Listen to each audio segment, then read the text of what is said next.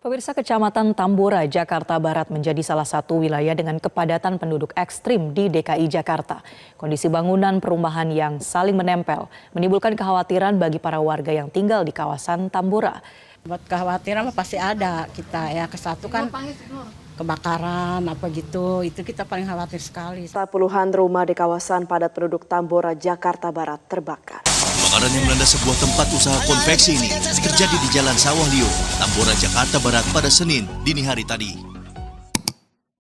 Keadaan darurat merupakan situasi yang tidak dapat diprediksi dan dapat terjadi kapan saja. Salah satu kejadian yang cukup sering terjadi di kawasan permukiman adalah kebakaran. Dalam kondisi tersebut, masyarakat dituntut untuk dapat bertindak dengan cepat, termasuk mengetahui layanan darurat yang harus dihubungi. Pasti ada yang terjadi lah beberapa bulan belakangan ada aja ya Pak? Ada aja. Berdasarkan kondisi tersebut, sebagai bentuk kontribusi kepada masyarakat, kami melaksanakan kegiatan pemasangan banner edukasi yang memuat langkah-langkah menghadapi bencana serta informasi nomor layanan darurat. Banner yang kami pasang memuat informasi mengenai 3 langkah utama yang perlu dilakukan saat menghadapi berbagai kondisi bencana seperti banjir, kebakaran, longsor, dan gempa bumi. Informasi ini disusun secara sederhana agar mudah dipahami oleh masyarakat dari berbagai kalangan.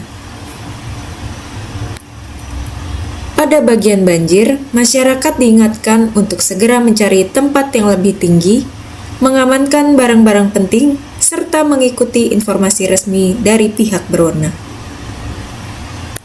Untuk kondisi kebakaran, langkah pertama yang harus dilakukan adalah menjauh dari sumber api dan asap, kemudian mematikan aliran listrik atau gas apabila masih aman untuk dilakukan.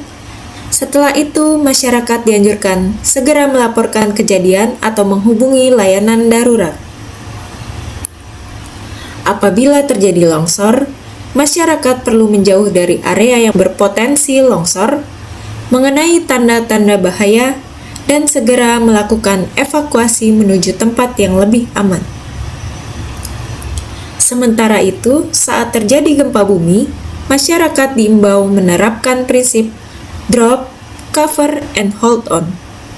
Menjauhi benda yang beresiko roboh, kemudian melakukan evakuasi ke area terbuka setelah guncangan berhenti.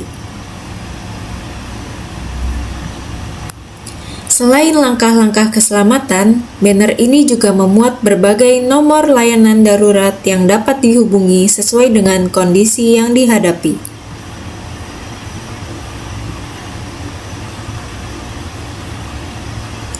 Seperti 112 untuk panggilan darurat, 110 untuk kepolisian, 118 atau 119 untuk layanan ambulans, 113 untuk pemadam kebakaran, 115 untuk Basarnas, serta 123 untuk melaporkan gangguan kelistrikan PLN. Melalui informasi yang ringkas dan mudah diakses ini, kami berharap masyarakat dapat lebih siap menghadapi situasi darurat serta mengetahui langkah dan layanan yang tepat ketika membutuhkan bantuan.